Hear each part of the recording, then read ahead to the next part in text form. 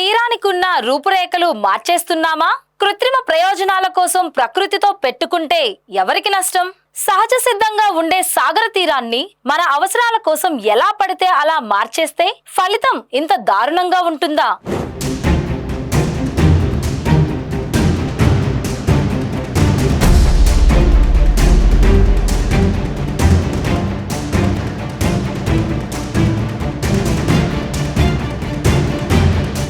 మీకు చూపించబోతున్న దృశ్యాలే ఇందుకు నిదర్శనం.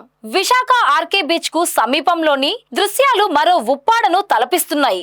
దీనిపై మరింత సమాచారాన్ని మా విశాఖ ప్రతినిధి మూర్తి అందిస్తారు. బీచ్ టూరిజం పేరుతో రాష్ట్ర ప్రభుత్వం అలాగే కేంద్ర ప్రభుత్వం తీరం వెంబడి చేస్తున్న అభివృద్ధి కార్యక్రమాలు ఎంతవరకు శ్రేయస్కరం? 2020 అక్టోబర్ 13న ఏర్పడిన తుఫానుకు ఎంవి మా అనే బంగ్లాదేశీ షిప్ తెన్నేటి పార్క్ తీరానికి కొట్టుకు రావడానికి గల కారణాలేంటి?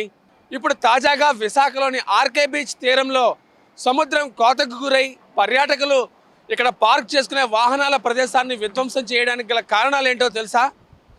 సముద్రం ఉధృతి పెరుగుతున్న కొద్దీ ఈ తీరం వెంబడి విధ్వంసాలు జరుగుతూనే ఉన్నాయి. నిపుణులు అధ్యయనం చేస్తున్నప్పటికీ దీనికి పరిష్కారాలు మాత్రం ఆచరణలో కనిపించడం లేదు. తూర్పు దిశ నుంచి పశ్చిమ దిశ వైపు వేసే అరుదైన గాలుల ప్రభావమే దీనికి కారణమని కొంతమంది అనుభవజ్ఞులు చెబుతున్నప్పటికీ కూడా దీనికి గల కారణాలు ఏంటనే అన్వేషించే ధోరణిలో ఇంతవరకు చర్యలు అయితే మొదలు కాలేదు. ప్రస్తుతం మనం చూస్తుంది ఏంటంటే ఎవరైతే పర్యాటకం కోసం విశాఖ వచ్చే వారంతా ఇక్కడ వాహనాలను పార్క్ చేసుకునే ప్రదేశం. సుమారు సముద్ర మట్టానికి 12 అడుగుల ఎత్తులో ఉండే ఈ ప్రదేశం పూర్తిగా కూడా ధ్వంసమైన దృశ్యాలు మనం ఇక్కడ చూస్తున్నాం. దీని పట్ల శాశ్వతమైన చర్యలు తీసుకోవాల్సిన అవసరం ఎంతైనా ఉంది. కానీ ఇవన్నీ నామమాత్రంగా తీసుకునే చర్యల వల్ల ఎంతవరకు పర్యాటకం నిలబడుతుందనేదే పెద్ద ప్రశ్నగా తెలుస్తోంది.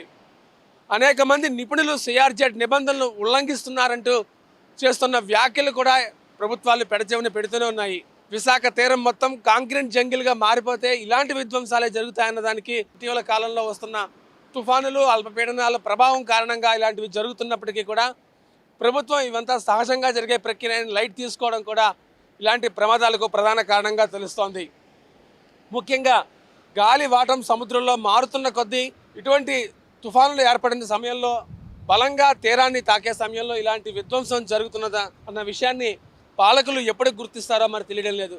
ముఖ్యంగా సముద్రం దిశ మారుతున్నప్పుడు ఆ గాలి తీవ్రత సముద్రం వైపు అంటే తూర్పు దిశ నుంచి పశ్చిమ దిశ వైపు వచ్చే క్రమంలో గాలి తీవ్రత ఎక్కువగా ఉంటున్న నేపథ్యంలో మనం ఇదివరకు చూసినట్లుగా కాకినాడ తీరంలో ఉప్పాడ గ్రామం చాలా వరకు శిథిలమైన పరిస్థితి మనం వార్తల్లో వింటూనే ఉన్నాం. అలాంటి పరిస్థితి విశాఖకు కూడా వస్తుందనే ఒక భయం అయితే సామాన్య ప్రజల్లోనూ ఇక్కడ మత్స్యకారులను కూడా నెలకొంది. శాశ్వతంగా చేపట్టే ప్రాజెక్టులు ఎంతవరకు శ్రేయస్కరం అనేది ప్రభుత్వం ఆలోచించుకోవాల్సిన అవసరం ఎంతైనా ఉంది. వీడియో జర్నలిస్ట్ సత్యతో Murthy, VBC on TV, Visakhapatnam.